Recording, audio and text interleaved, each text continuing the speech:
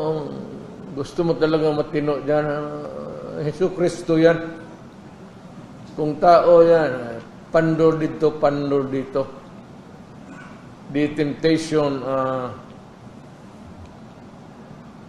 to make money here and there.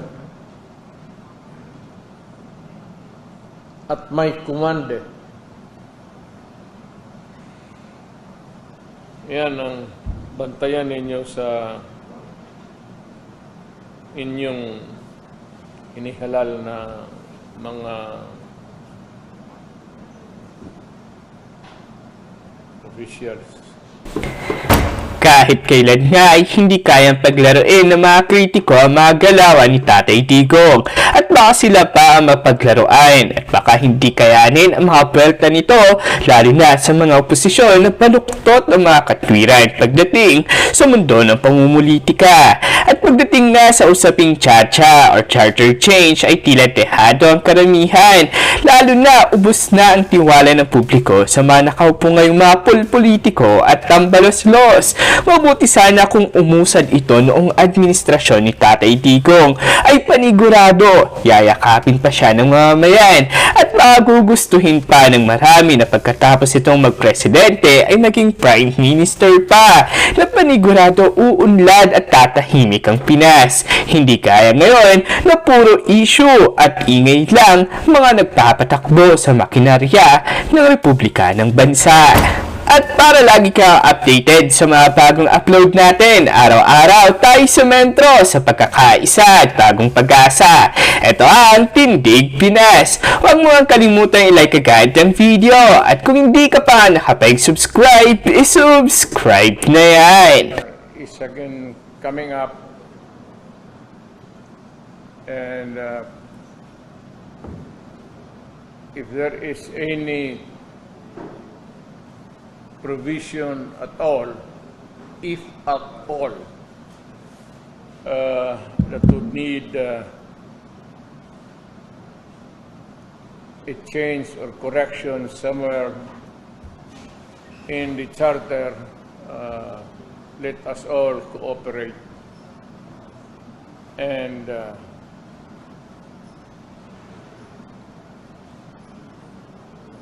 maybe suggest to whoever is control up there what would be the changes that would redound to the benefit of this country.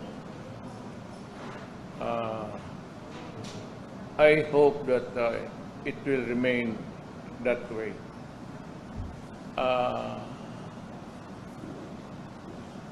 The chances are they would come up still, which has always been the excuse to open the charter. I do not want to put forward anything that might, ayaw ko na lang mag-speculate. But if there is any change coming up, well and good, we should welcome it. But doon lang, I hope it would not rumble on to some other matters aside from the economic provisions that they would want to amend, change, correct, rectify. Pero ako talaga ba, up to now, I am still in wonderment kung ano yung why in heaven's name, but there's always that economic provisions na hindi makorek-korek noon pa. Well, that is the usual convenient way of saying things, but leave it that way. I'll go along with it. As long as we stick to the economic provisions, whatever they want to change there, somewhere, somehow. Yun lang ang akin. That's the long and short of this press con. Wala naman akong ibig sabihin. Maybe that I just wanted a big crowd. I've been out in circulation, very far from the madding crowd. So, from time to time, gusto ko kayong makita. The dialect, it would be something like, gimingaw ko ninyo. Huwag mo humingaw sa ako. Mula na maklaro taba kay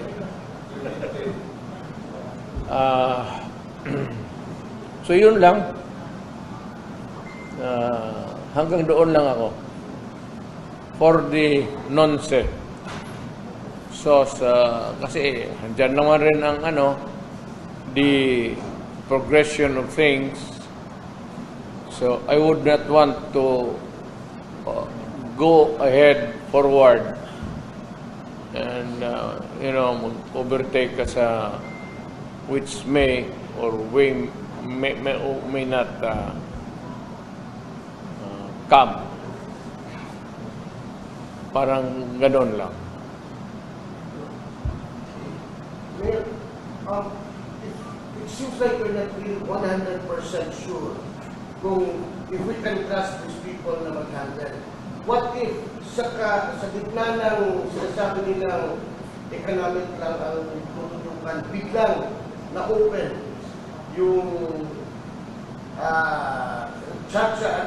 yung constitutional change natin at biglang pinasok yung terms nila at yung personal interest nila. What shall we do and what can we do? And what will you do? Well, ganito yan. Whenever you open the Constitution for changes or amendments, you cannot place restrictions or conditionalities na hanggang dito ka lang. When you open a charter change, it's plenary. Hindi mo sabihin mo, we call for a constitutional convention or we call for a constitutional constituent rather, becomes a congruent constituent body by Congress, people's initiative. Whatever it is, hindi mo malagyan ng restriction because when you open it up, it's all for the taking. Plenary talaga yan. So, you cannot place restrictions there. So it's possible na biglang may isang congressman tatayo and sasabihin niya, I move to move to extend our terms like that. May biglang gumanda. Kaya ako nandito Kaya nag-uusap dito. Not only for any particular office in the Constitution. Ito namang local offices, local government offices are not mentioned in the Constitution. They are defined by one single phrase there about local governments, which will be organized in accordance with law. Ang nasa dyan lang sa Constitution is the President, the Vice President, the Senators, and Congressmen. The rest ng mga barangay captain, wala na. Hanggang mayors and governors. We are all, we are public officials, but we are ruled by the local government code. It's not a constitutional office. yung constitutional offices are those mentioned in the Constitution. So, yun ang, well, that's why ako nandito. Sabihin lang na kayong mga congressman o senador, huwag ninyong pahabain o paiksiin yung termino ninyo.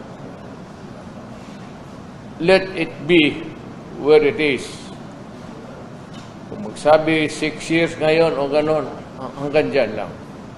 Now, any changes that you may want to put forward for posterity, you will do so. Right now, you can begin by the legislation, then could lead up to the opening of the charter for changes and amendments, but it should be progressive. Ibig kong sabihin, tayo ngayon, kami, wala na pala akong sa picture eh. It's presumptuous, but you know, you tend to forget. Hindi dapat kami, we should not benefit from it. Any changes making it longer, shorter, okay lang siguro. Pero longer by mahirap yan. Congressmen, senators, and all.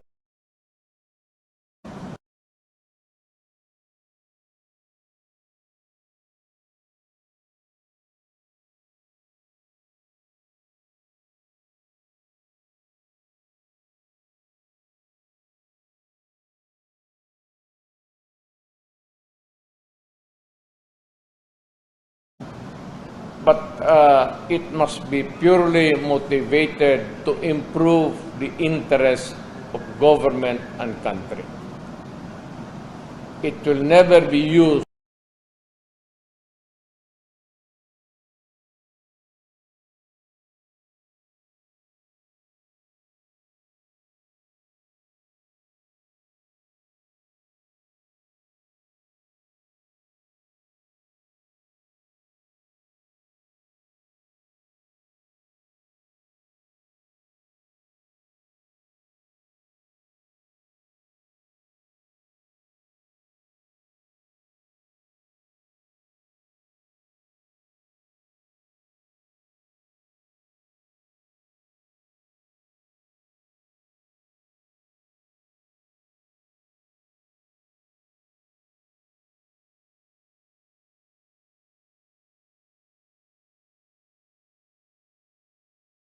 when you are the incumbent, dapat nga sa lahat local officials.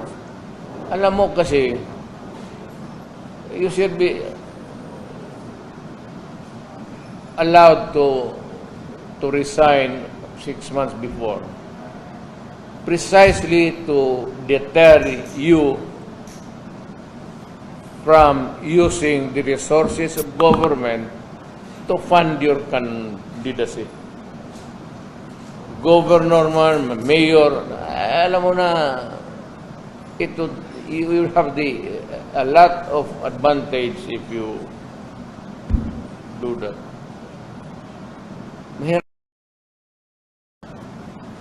Fair is fair. Wala naman tayong ano dyan, but this is the democracy. Rotation dapat. Now is the time for a Bicolano to be president. Maybe tomorrow from the southwestern part of Mindanao, which would be Zamboanga towards Pulo. I would even relish an Ifugao president. Torno-torno tayo, wag natin suluhin. Hindi maganda eh. Kung magsabi 1 term, only, period. 2 terms, tapos barred forever, pero sundin natin. Tayo na ilagay sa posisyon natin ngayon, yung batas na yun, should bind us. Isa lang, dapat isa lang. Mr. President, Yes, sir. Dennis. kung ikaw lang ang karoon sa posisyon nila, kung sa'yo ang ngayong dapat i-amenda sa 1987 Constitution. And secondly, ano sa may tabo na mula itong prayer rally sa Luzon? The second question is not clear to me. The second question is, kanusa na po may tabo na tayo himuon ng prayer rally sa Luzon? Wala, I do not think that yung first question is irrelevant naman yun. Kung sa Himoon, wala naman akong nakita sa horizon na any attempt to circumvent, go around or anything na hindi maganda. I just want to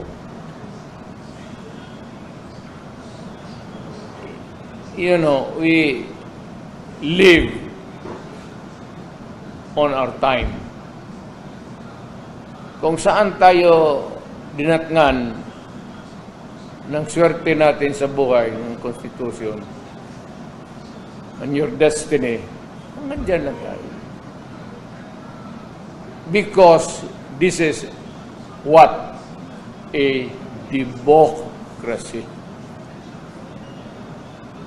Do not tinker cyclic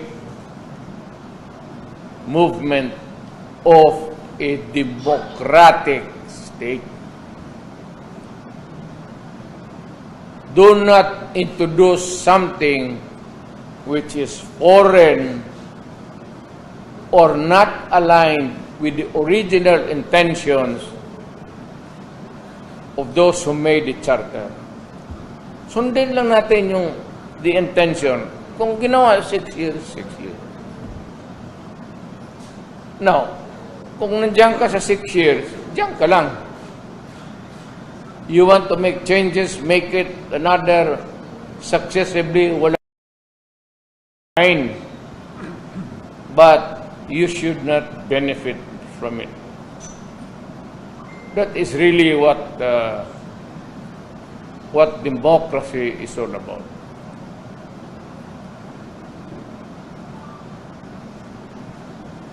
Yes, Kaduwaya.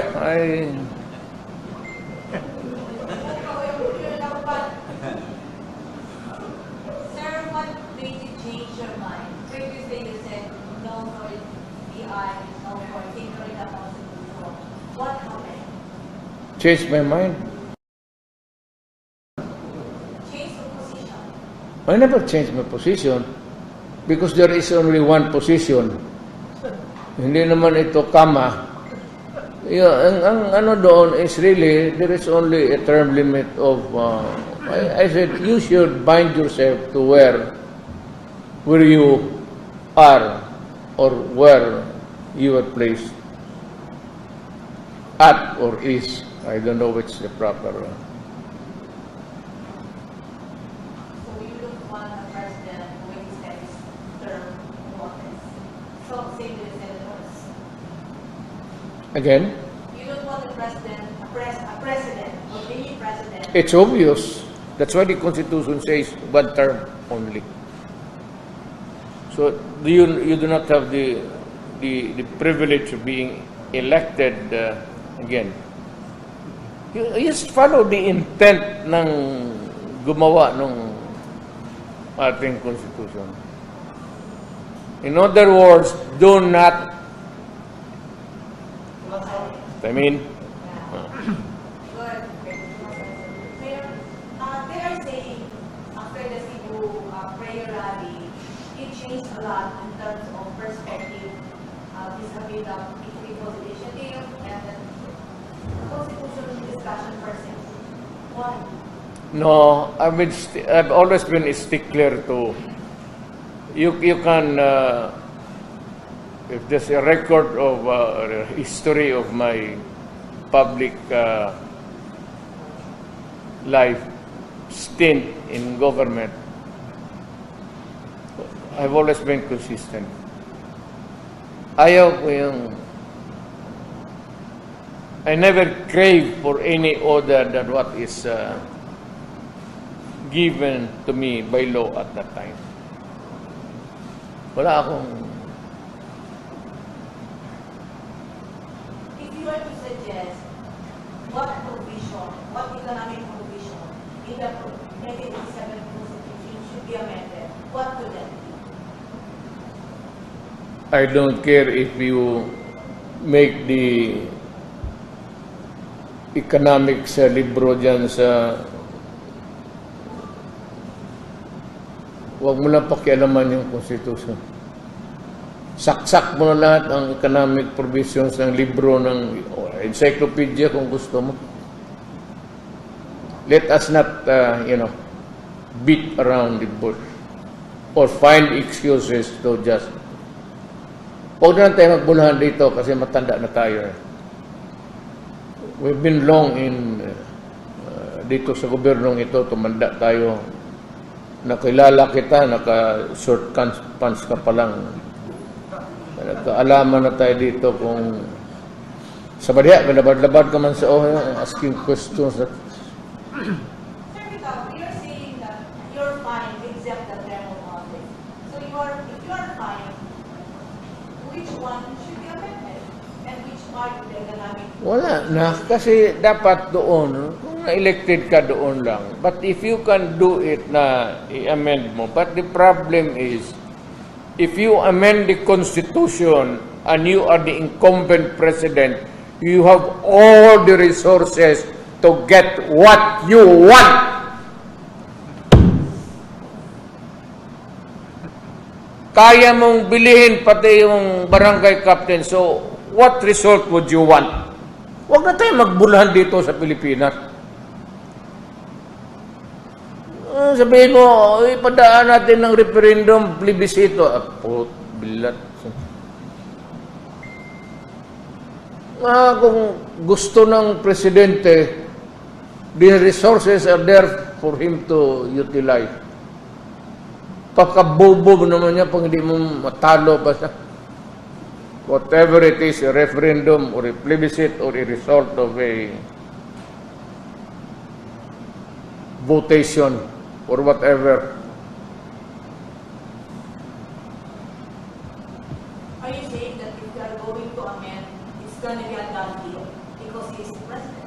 I am saying that it's not the time to make changes in the Constitution.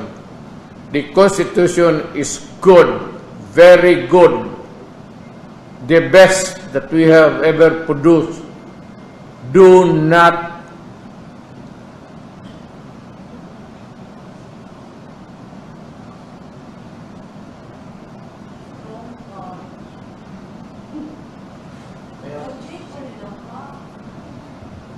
Okay, go ahead. Yes, ma'am. During your Ang message, imong kanibang imong anam guuno mo magsige ng kadako ng yawa. sa ibang message dito sa Cebu Rally, you've mentioned na you will support for the changing of provision as long as President Marcos will commit to the people that he will not run again. Is it a challenge or... No. It is a reminder that even presently you are not supposed to do it. What if hindi niya... Ayan nga sinasabi ko, well, bahala siya.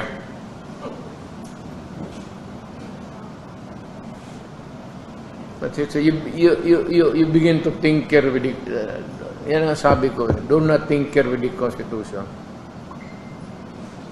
Don't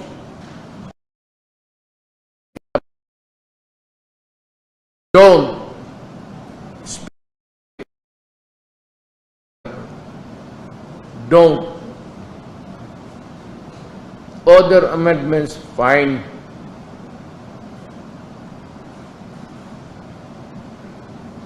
Pati congressman, pati masama talaga. Ano?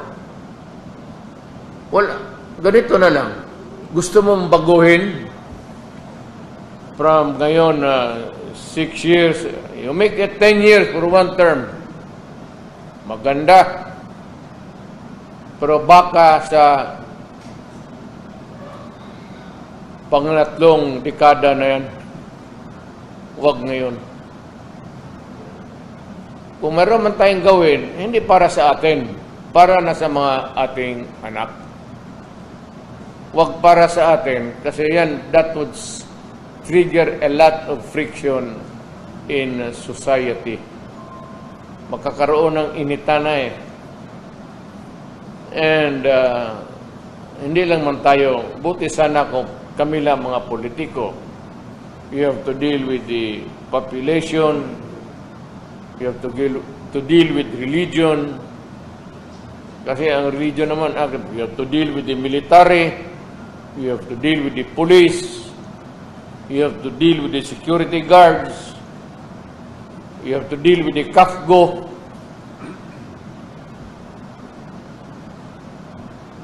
Puro may armas yan eh. Let's, Tim, you're raising your hand a while ago. Sir, you have mentioned that you supported President Marcos in the economic chacha. Could you give us a rate from 1 to 100? Kanang, kung bintana, ilayo lang yaw ba? Tugnaw. Mga tugnaw doon mo na luspad na gani. Okay? Pero ito. Sir, pwede niyo po magbigay yung rating niyo ng 1 to 100 yung support niyo po kay President Marcos when it comes to economic chacha? 100.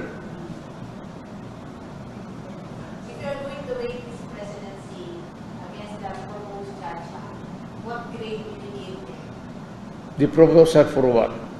You have to have Economic chacha now. if you make me choose something, make a face on the other side. Chacha. Yeah. Chacha, well, okay. Walang problema. As long as I said, do not tinker with one particular sentence there about the presidency. Yes, Roy.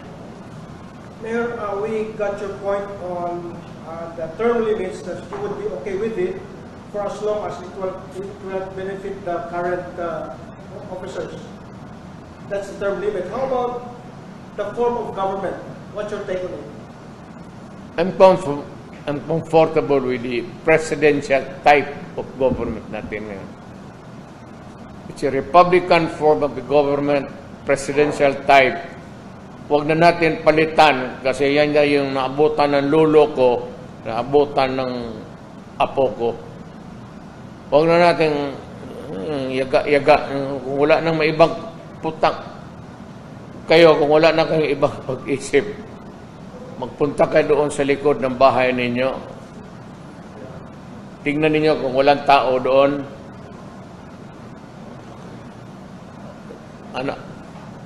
Alam mo kung ano ang gawin ninyo? Bahala na kung anong gusto mo. Huwag kayo kung maubusan kayo ng ideas. Bakit mo ibalandra dito yan sa gobyerno pati sa tao? Ilang beses ba tayo mag-fix ng konstitusyon? There was a flawed one.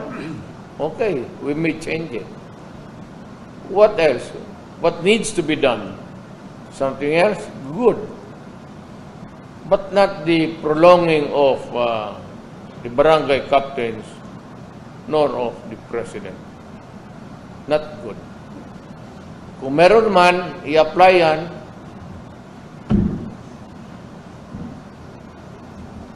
Si Ruth muna. Ruth. Mayor, as far as any comment po sa allegation from a Senate resource person, the Senate inquiry, alleging that you and Vice President Duterte received a bags of guns from Astroporn. Kami magtanggap ng baril kay Pastor Kibuloy. Ako pa ba ang mag-deliver sa kanya ng kanyon bukas o machine gun? That's a very stupid proposition. Wala katotohanan, Mayor. It's silly. Bakit man si pastor mamigay ng baril sa akin? Saan siya magkuha? Kung magsabi siya wala siyang baril, bigyan ko siya. I have about almost more than 500 firearms registered. Collectors category ako eh. Ibig sabihin, bili ako ng bili, pero hindi ko magamit. I can only use one.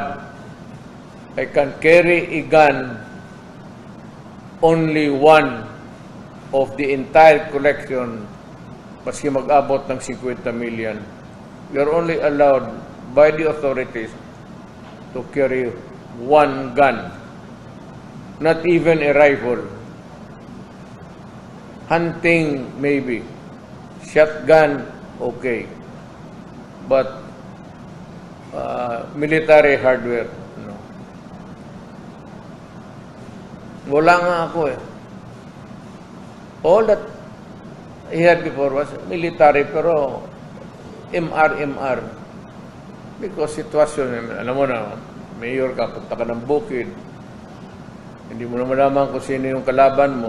Hindi mo talaga alam kung sino ang gustong gorgor sa iyo.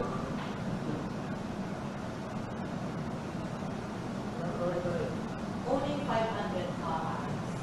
Ako? Yeah. Wala eh. Collection. It constitutes private army already. Do you have one? Even if it's collection. Yes. Hindi ka collector kung illiterate na. Collector is collector. You collect and collect and collect. Hindi ito BIR. Collection ng firearms ito. Okay, Alan. Mayor, inline sa statement ni Pastor Abunong Libuloy, nagtago siya because yung life is under threat from the CIA. Siyempre, kanina yung CIA terrorist position. Well, I could not really say that I can validate his statement independently, yung salita niya. But what I can say is that maybe somehow his life is in danger.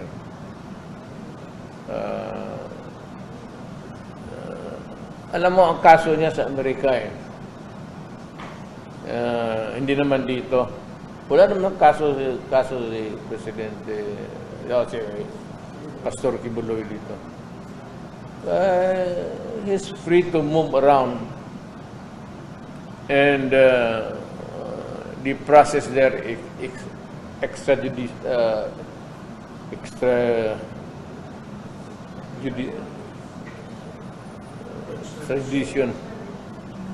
So, it's a long process. Hindi rendition with a military. Extradition. This is also treated. Willing siya magpa-extradite, but hindi siya gusto extraction. Malit na kaso yan. America would not go into that. America would not waste its time violating a law na ano. Is that attending to the session ng Senate could lead to his arrest? Is it possible, President? Papa-arrest nyo siya ng revision, dumatano, nag-attend sa Senate hearing? Sino? Si Pastor Tibuloy. Papa-arrest nyo siya kasi pinapaimbitahan siya, isusoma na siya. If he doesn't really appear, pwede ba yun? Ay, pa-arrest nyo siya. May I hear you the word again? Pina-re-report siya sa Senate. Oh, I thought... Subpoena siya, subpoena. Would it lead to his arrest? Well, I'd like to ask you a question. What is the equivalent of the word subpoena? Invitation. Oh, yeah. it's not an order. You cannot order an ordinary citizen like me to compel me to report to you. For what? If I don't want. Or if say to the national interest that you should appear, if I begin to question you, what is the significance of that interest? Kaya pastor yan kung gusto niya, hindi. Kada someone makalid ba niya sa kining content? It could, because unreasonable refusal. So maybe the first is invitation, comes the subpoena. The subpoena is more or less like a subpoena of court. Same effect. It can compel your attendance. Pero ako naman, hindi niya, ang ayaw niya, ano mang gusto sa kanya? Wala mo na nakita na of national interest yung Another topic lang, Mayor. Yes. Our PNP right now seems to be involved in a lot of cases that the millions of pesos na yung nilakaw nila, yung planted, sinuha nila, more than 40 million na sinuha sila ngayon. At marami na pong trial na nangyayari dito. I've seen politician po napakarami ng bodyguard dahil dito natapat from the tobacco. What is happening in our country today with regards to peace and order? well, national leadership should.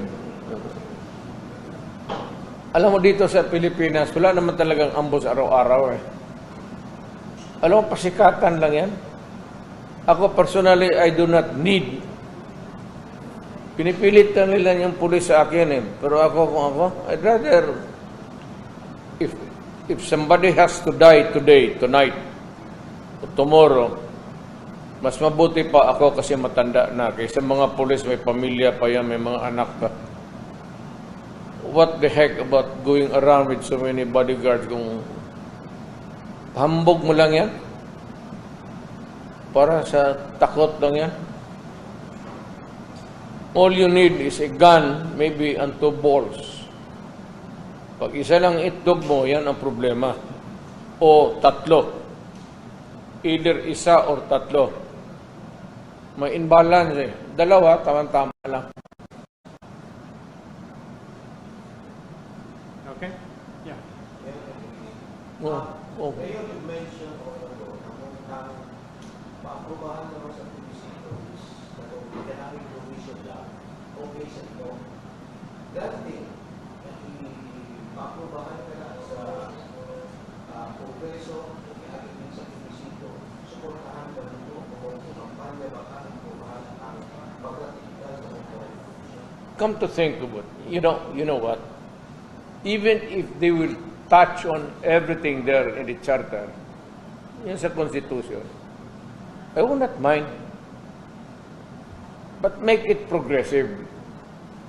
Huwag lang mag-benefit tayong kami, hindi na ako, yung nakaupo ngayon. Huwag mong habain yung bituka mo. Gusto mo na a longer term for the next president would be good for this country, or there will be no limitations at all for as long as he remains to be a loyal and a good public servant. Wala man tayong problema lahat. Kung hindi naman santo, pero kung tao na matino na nakaupo dyan sa Malacanan, he can stay forever. Ang problema lang ganito,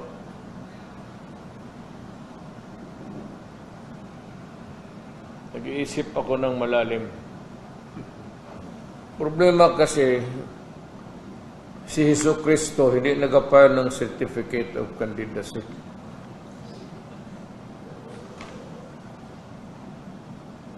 Wala, gusto mo talaga matino dyan, Jesu Kristo yan. Kung tao yan, pandor dito, pandor dito. The temptation to make money here and there. At may command. Yan ang bantayan ninyo sa inyong inihalal na mga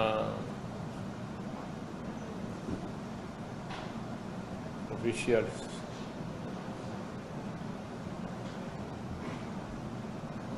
Mike? Yes, good evening, sir.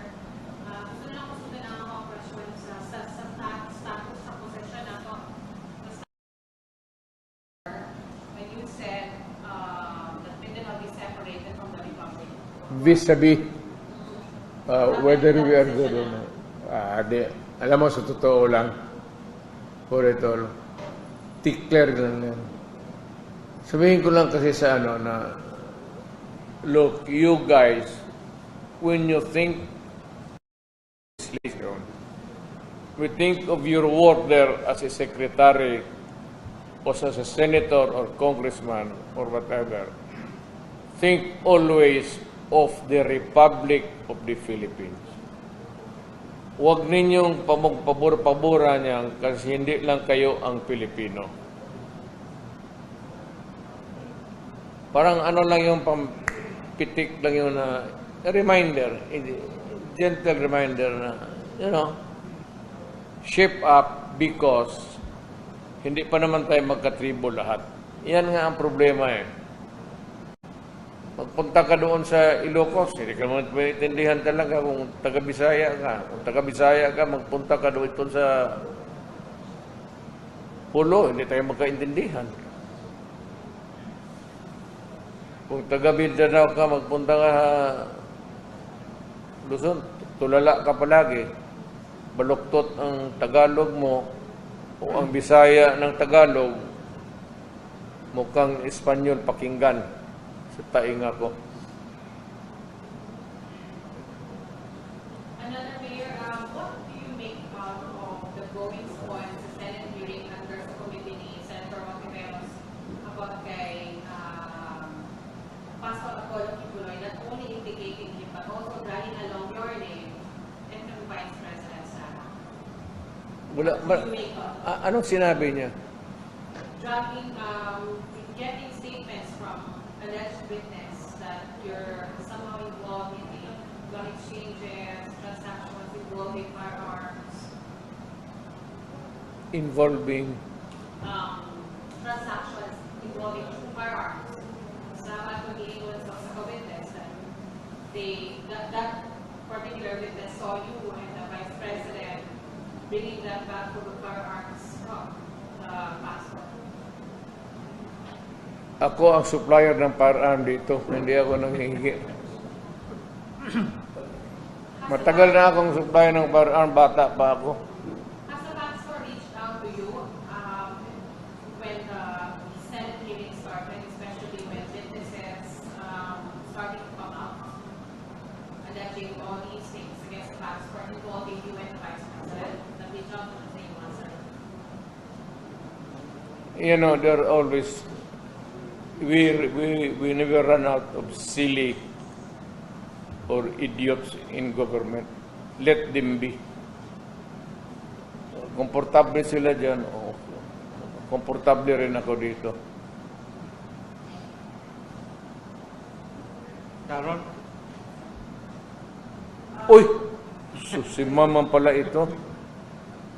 Senator Montiveros has warned that Pastor Biboloy will be cited in contempt and will be arrested if he does not show up in the Senate hearing on March 5. You are his friend. You are Pastor Biboloy's friend. And you are a lawyer. What is your advice to your friend? Get yourself arrested.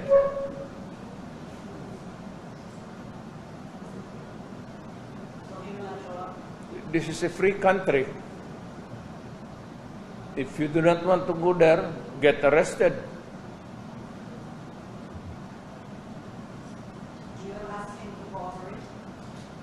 I'll give him the free choice. Can I go back to that constitution? Yes, what about? You said a few minutes ago that you are comfortable with the presidential type of government. President. Although that you campaign for federalism and you run for president. Yeah, And you have it does that. Let me correct you right there and then. It doesn't mean that it is federal, it is not presidential type. Let me finish my question first.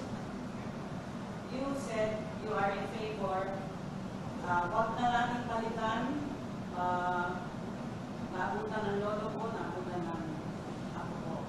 But in 2015, when you campaigned for the presidency, you pushed for a shift to change the constitution to shift to a federal system, right? You're right. Okay. But you had the first half of the term, you had a super majority. What even up to the end? Look, it's just Why did you not muster enough political will to get that shift to federal system? to answer your last question. Because wala akong enough political will. Second, actually, there's not much different about a federal system being presidential. There's no incongruity there. Look at America. It's a federal union of federal states, United Nations. It's federal. It's presidential type of government. I do not see any wala akong nakitang ano doon problema karon. Do you not regret that you were not able to do as you promised in 2015? You cannot have your cake and eat it too. May ang Diyos may ibigay sa iyo, may hindi. So, hindi lahat ng kaligayahan na gusto mo makapkap mo sa mundong ito. There will always be disappointments.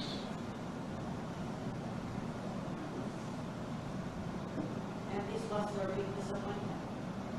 Well, I'm talking to you about life. Nothing's perfect. Yung ano po, kanina, Ayaw pagpo na to kay sinabi niyo rin that your call for Mindanao, independent Mindanao, which you did on January 30 in Mensing, you said it was just pity. well, that was really that was a legit dream of the old yung mga taga Mindanao. You know, because Mindanao is a frontier country. It is not inhabited by originals except the natives and the Moro people here. So, yung dream of separate, looking at a certain place, like my father and mother, migrating toward an island called Mindanao for a better future for the children. Yun ang dream. It has always the dream of some people to be independent. Pero if it causes a rupture in our entire system sa Republika, I will not go for it. I will not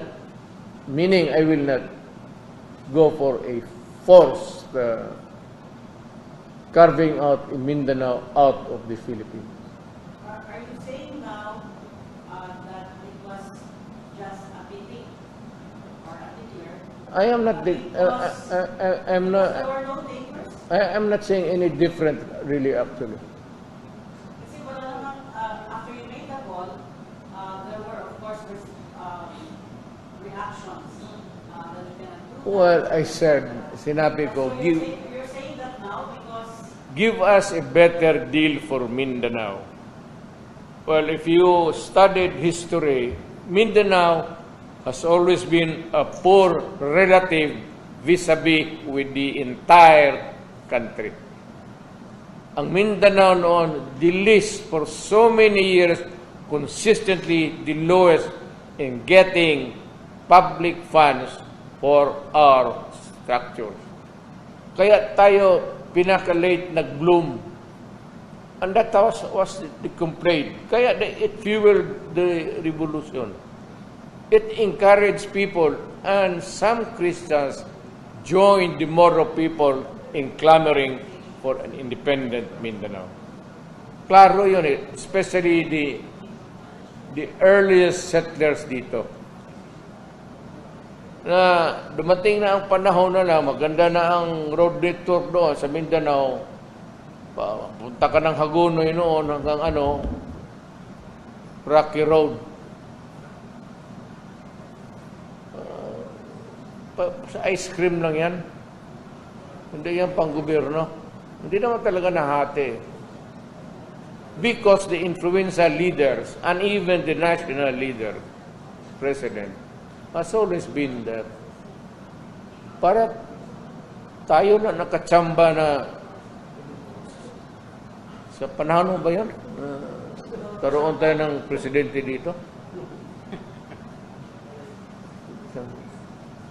Pero ganoon pa man, there was never really a radical change in my... When I'll just be frank with you and everybody else. When I became president, there was never the slightest moment that I was thinking of placing the interest of Mindanao over and above of the entire needs of the entire country. Kung ano lang ang sabihin ng economic planners at ano lang ang sabihin ng mga Department of Highways and everything, at unahin muna natin ito because I am not as bright as anybody else. I might be a lawyer, good in memorizing. Hanggang dyan lang, memorize. Pero to be an enterprising thing about governance, malayo. I cannot claim.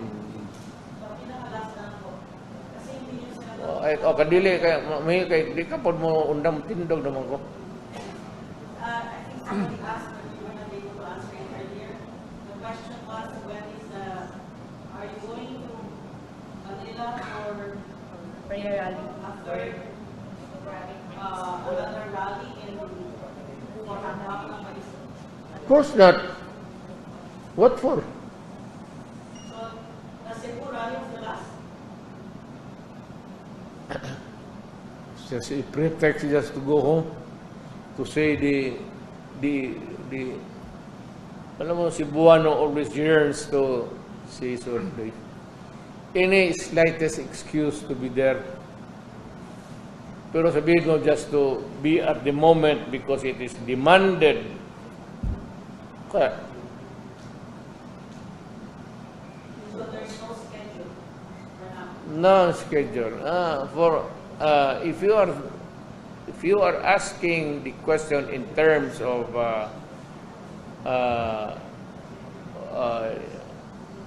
what would be in the future of this country and what would be your views or opinions if this would occur or happen or not. I'm retired. I would like to stay retired.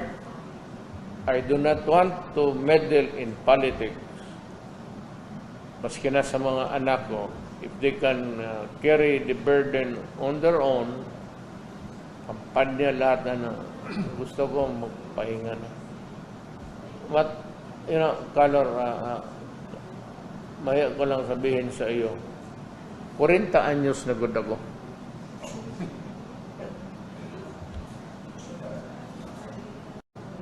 And if you would want to be comfortable with the number, double it. And that's why. Mayor, also yung last na update ni Congressman Alvarez sa IM on i-finish nila ng tema. Ako talaga, I cannot, magprangka ako sa inyo. This is for all, and I would repeat it now and forever. I do not want my country dismembered. I do not want a part of my country taken away. I do not want my country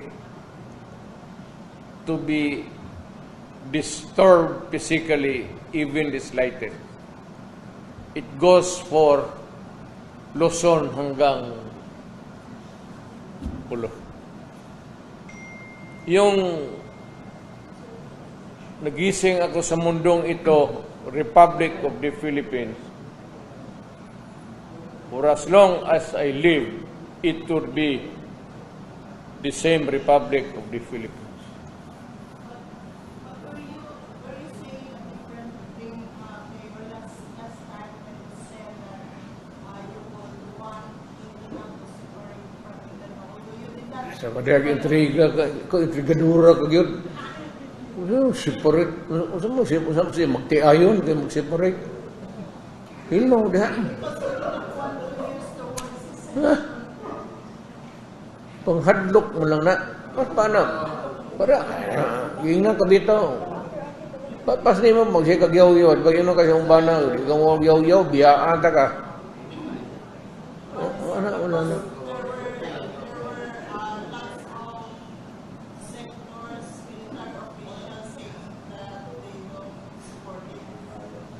Lalabin ako. Ayaw nila, mas lalo ako. Mas matanda ako nila, buwang sila.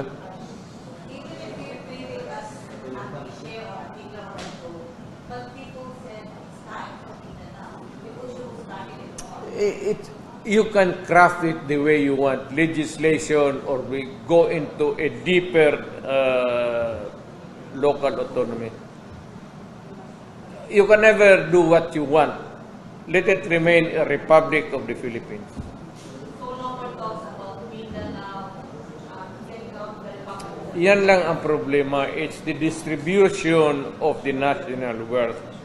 And you know very well, lahat tayo, if you studied your history, lahat tayo, alam natin that Mindanao was really a poor relative of the national government.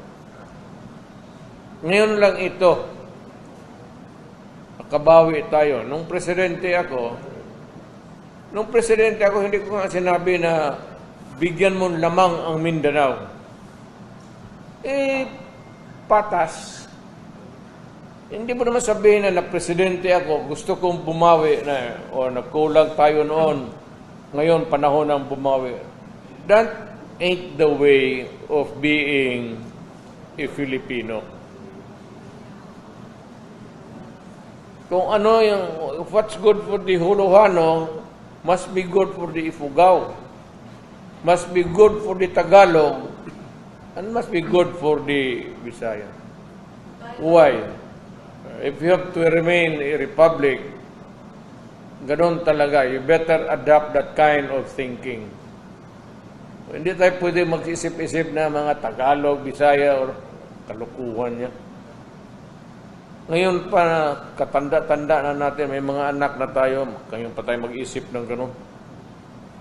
And I'd like to, sabihin ko sa mga Pilipino, stop this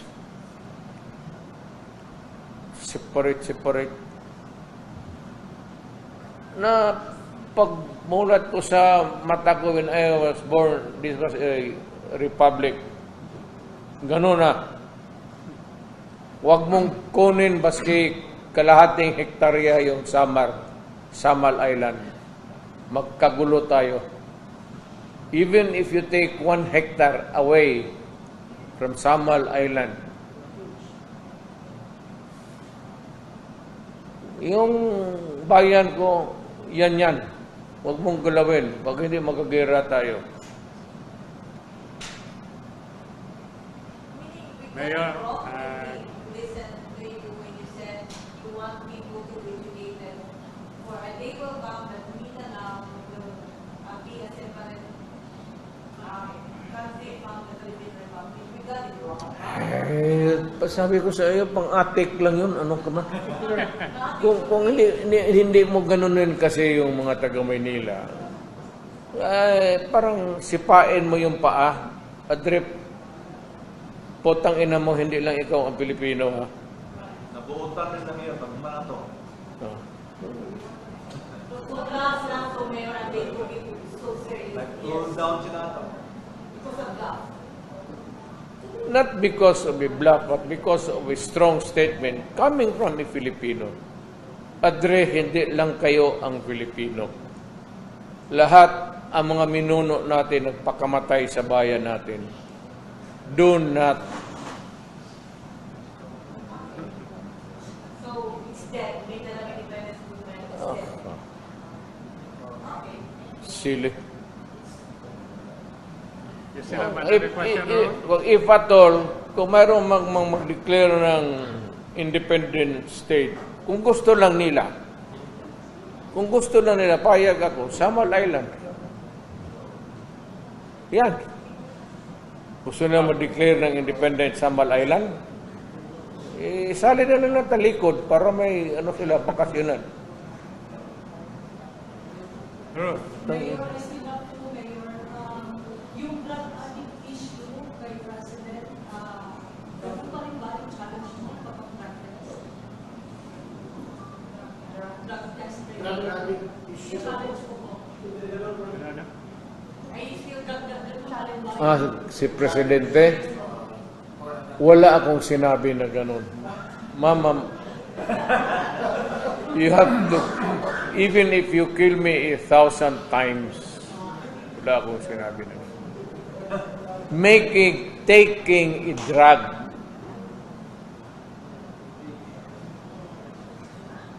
pero kung sabihin mo, addict, wala akong sinabi na ganun. Patayin ako ni Marcos niyan. Maawa ka naman sa akin. Matanda na ako. Ano sinabi noon? If I can say it for to Marcos, I can say it for all. Ayaw ingnawa kay antibiotic na to o kay aspirin. They're all drugs. It's just nomenclature. Pero wala akong sinabi na patayin ako ni Marcos niya. Takot pa naman ako mamatay ng matanda na ako. Gusto ko pa mabuhay mga another hanggang mamatay si Kaduwaya. Magsabay kami. Mayor, 8 months na lang po, Mayor, mag-election na naman. Marami sa kayo yung mga tao when you pushing you to run for Mayor. Ayoko naman. Ayoko naman. Political plans for 2025. Let it anybody, not even from my family. Corny man pakinggan. Corny pakinggan. But if you count the number of years that my father was in public office, isali mo ako. Pati isali mo yung, idagdag na mo yung sa mga anak ko. Masyado nang... Okay, just Maybe one it's last high time na iba na naman. Just one last question. That question would come from me. Okay. Mr. Mayor, you said something about our children's future. Inday Sara, in all the surveys, had been on the top. Most trusted, most approved, and his department, her department, the Department of Education, has been declared as the most trusted government agency in the country today. As a father, what can you say about the performance of your daughter? Well, I think that she's just following my record. Hindi lang na-record properly. Kasi Si Kadawaya kasi yung tikuha ng figures noon sa Manila eh. But I am proud that she's been doing good at public service. Taking into account that, my father has always been, for the longest time, the governor of even the city of Davao before. There was only one Davao, one province, one capital, Davao City. And we used to elect the governor of the entire Davao province and Davao City. So, ganon. At ako naman, I would like to thank you, although belatedly, I suppose, salamat po sa mga tao for the number of years given to me as a rare privilege to serve my country as mayor, as congressman, and eventually as president. I just hope that hindi ako nagkulang sa tao. Pero ganun pa man, maski na pahabol na lang ito, ginawa ko talaga ang magagawa ko at wala akong ginawang kalukuhan kailan. Mayor, what's the update on the sa ICC? Sabi ko sa kanila, mag-usap na lang sila ng ICC rin dito. Total, magkapareho silang pangalan eh. Yes, you talk to each other, maybe you can understand. Mayor, the support of the president is critical para ma-implement nila ang arrest. So, you said in the previous press call that you were telling the president to track his. No, ganito yan. I would like the president to seek the advice of his legal counsel. Kung ano yung sabihin niya sa mga abogado niya sa Malacanan, sundin niya. Ako, I can take care of my own. Kaya kong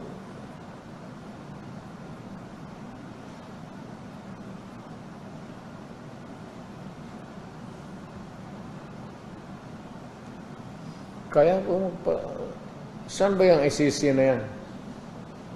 Kaya pasalbid sa mong yawa mo. Ang pakialam nila.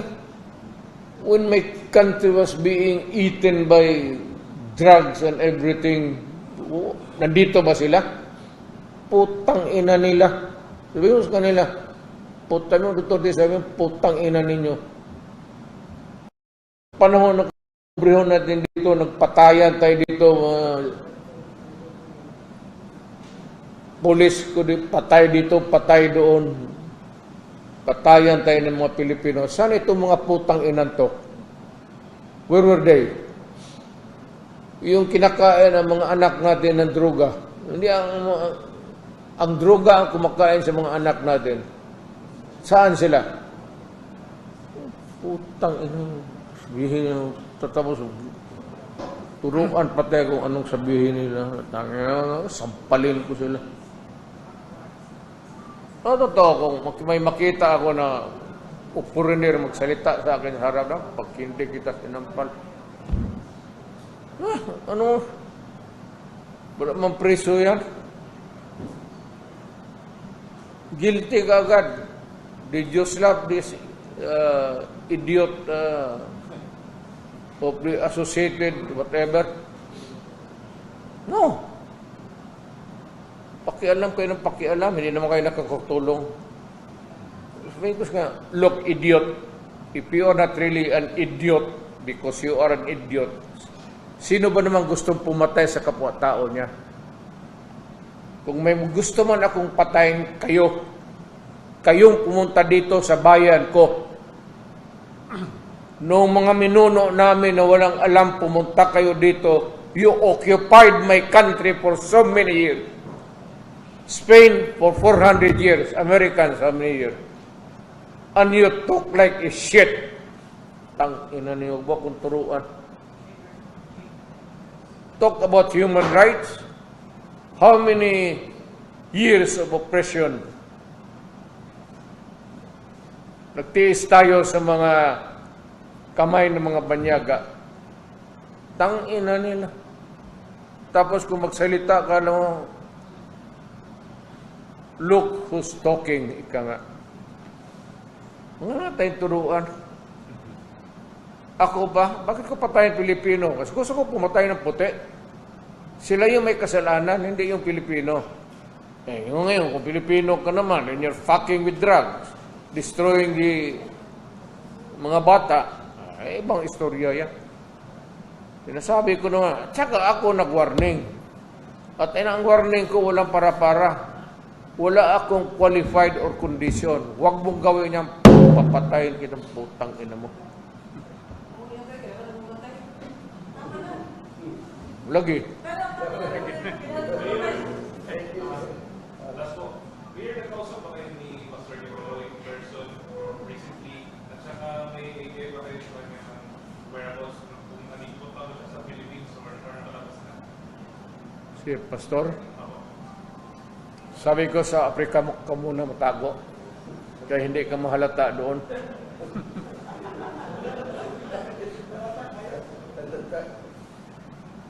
I really do not know. I do not want to. He's on his own. Alam mo naman, presidente ako, tapos I started as a prosecutor, fiscal, mayor, president. I cannot afford to double with yung mga ganitong mga bagay na ito. So, alam naman niya, kaya niya, he has the resources and all. And he has a lot of brains to navigate his way. Paano niya paikot-ikot sa buhay. Okay, thank you very much, Mayor President. Thank you. Salamat. Ito na nakipatay.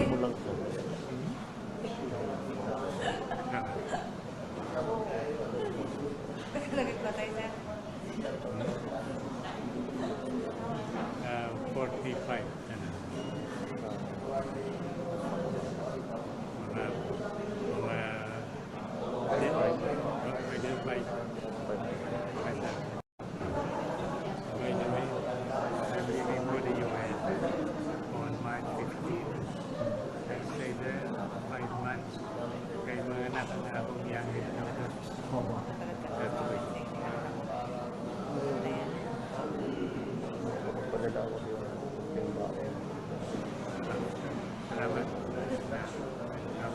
March 15. March 15. I'm leaving for Manila March 15 the following day. March, ngayong March 15 ko alis. But tomorrow, by the way, 2 o'clock today, karong buntag, I'll be leaving for Manila, but I'll be back on Friday. And then leave for Manila again the 15th and the 16th. Kapag ako. Huwag mo lang si Bong. Ha? Huwag mo lang si Bong. Si Bong? Unang-una, sabihin mo lang, just remember me that time. Okay, sige.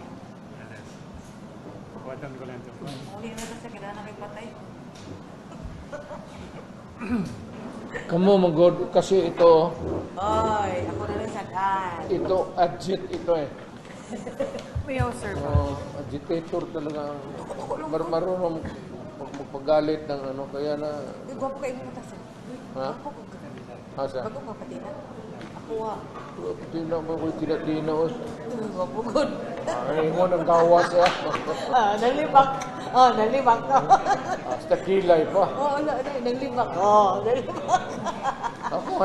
At kumari nga ito ay sabot-saring reaksyon mula sa mundo ng social media. Komento na nga lang din ng mga netizens sa naging issue ito. Ang sinabi po niya sa prayer rally sa Davao, may presidente tayong bangag. Yan po ang sinabi niya. It means bangag sa puyat, bangag sa kape, bangag sa pagod. Marami kasi ibig sabihin ng bangag. Pwede rin bangag sa droga. Pero wala namang karugtong yung sinabi niya noon. Kaya wag bigyan ng mali siya yung sinabi ni Tatay Diggs noon sa prayer rally sa Davao. Para sa akin, hindi po nagbago ang statement niya sa Cebu. Andun pa rin yung thought. Kahit he said it in a calm way. Problema na sa mga nagdudunong-dunungan na may galit sa mga Duterte at di nila magets yun. Wala siyang sinabi na adik ang presidente. Ang sabi niya may presidente tayong bangag or lutang. Gets nyo? At sa naging isyong ito, ano ang iyong naging reaksyon? Maghimalaya magbigay ng kanilang personal na opinion sa comment section. At hanggang sa muli, tayo sa mentro sa pagkakaisa at bagong pag-asa. Ito ang Dindig Pinas. Huwag mo ang kalimutan i-like agad ang video. At kung hindi ka pa nakapag-subscribe, i-subscribe na yan.